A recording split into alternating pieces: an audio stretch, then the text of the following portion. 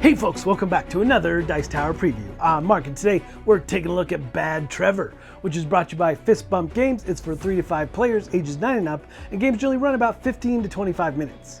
Welcome to Pharaoh City, a sprawling metropolis in the middle of a disastrous superhero versus supervillain smackdown.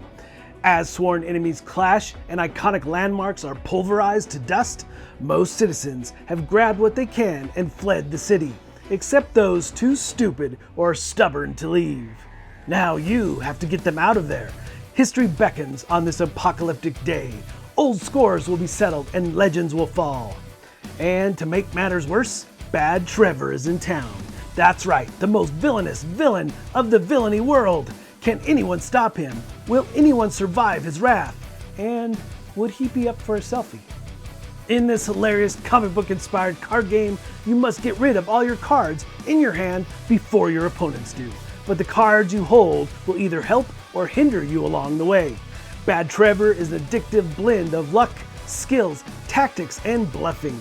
A game where victory can be snatched from the jaws of defeat, and a well-chosen attack or surefire win can be sabotaged at the very last moment by a sneaky opponent. Whatever the outcome, one thing is for sure, you'll never look at your friends in quite the same way ever again. So, this is a quick playing card game, and I love the theme here. Superheroes, supervillains battling back and forth, creating all kinds of mayhem, where you're trying to help the citizens get out of the city, get out of Dodge. And the thing is that you're really just trying to get rid of the cards in your hand, but you happen to be helping the citizens along the way and causing mayhem for your other players at the table, possibly causing them to get more cards in their hand than they really want. So there's a few different types of cards to take a look at, and I have to say that the artwork and the fun, whimsical names of the heroes and villains make me think of the comic book The Tick, absolutely. So I'm automatically drawn to this game. It's just fun, fast-paced, and so forth. But you're going to have villain cards, which are going to be hampering you or your opponents depending on how they're played, and there's activation text at the bottom of the card when they do get put into play. But they've got all kinds of fun. You've got Doom Scroller, you've got Fumigator, you've got Jimferno, which I really like. But they all have different powers, different abilities. They might cause you to swap a villain for a hero out of your hand, things like that.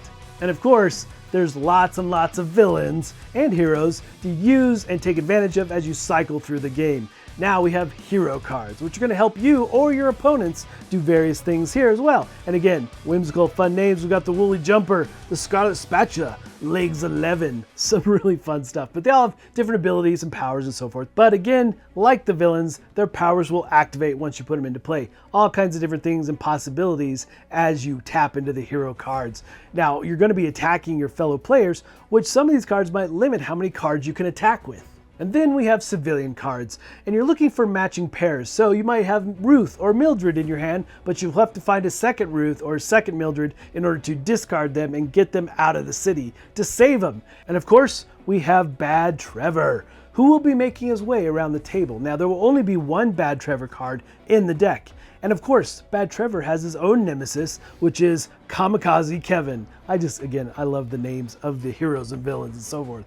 Now, to start things off, you're going to take the deck of cards, shuffle it up, and deal it out to every player until you're out of cards.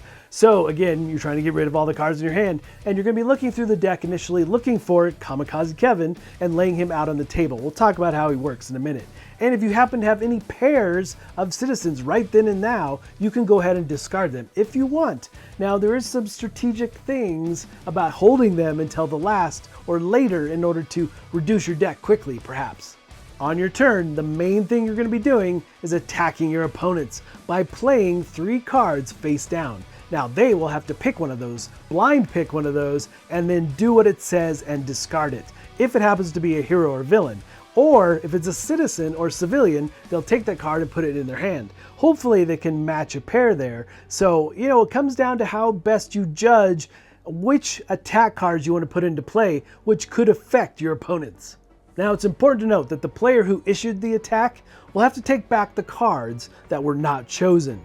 And the player who did choose, again, if it's a villain or a hero, will read the card aloud and do what it says, then place it face up into the discard pile. And again, of course, civilians will go to your hand.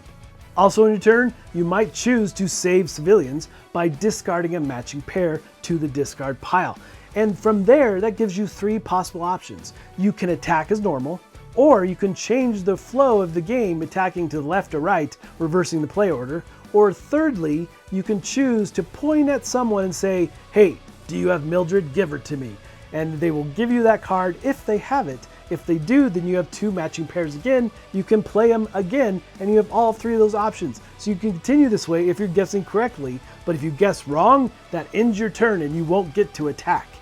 But of course, Bad Trevor is here to throw a wrench in the works, and he truly is bad. Now, his card can never be discarded, and he will be moving around the table, absolutely, because you can attack with Bad Trevor, laying 3 cards down. If your opponent picks him, then sadly, they will have to pick up all of the cards and they'll put them in their hand. They don't get to read their effects or discard them. They own those cards now. So again, Bad Trevor does bad things, but you will know who has Bad Trevor based on that action. However, from all those cards that you picked up, Bad Trevor cannot stop you from pairing up civilians and getting them out of the city. Which brings us to Kamikaze Kevin. Now, Kamikaze Kevin can only be played once in the entire game.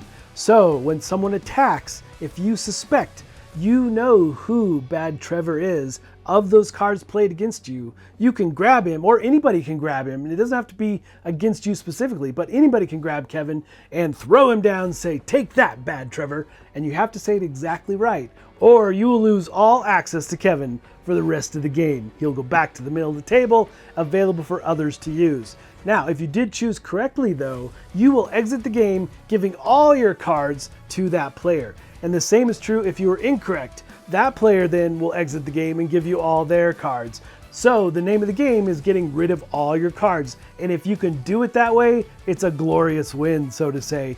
Boom, I'm out. That was Bad Trevor, giving your opponents even more cards to deal with. I really like this aspect. Obviously it is take that for sure, but it does require you to kind of do some deduction along the way. Alright folks, just a reminder once again, this has been a Dice Tower paid preview, and everything you've seen has been in prototype form, so keep a close eye on the campaign for any changes that still may occur. Now, with that said, the gameplay is very fast, really easy to learn. Obviously there's some take that, you've got to do some deduction, some reverse psychology at times, things like that in order to engage with your fellow opponents and really just get rid of your cards. And I like the concept of saving civilians, getting them out of the city, and so many different possibilities, how those heroes and villains will come into play and change the course of the game. But folks, ultimately, if this looks like something of interest to you, I'm sure they'd appreciate your support. So I think that's it for me, and until next time, we'll see you at the table.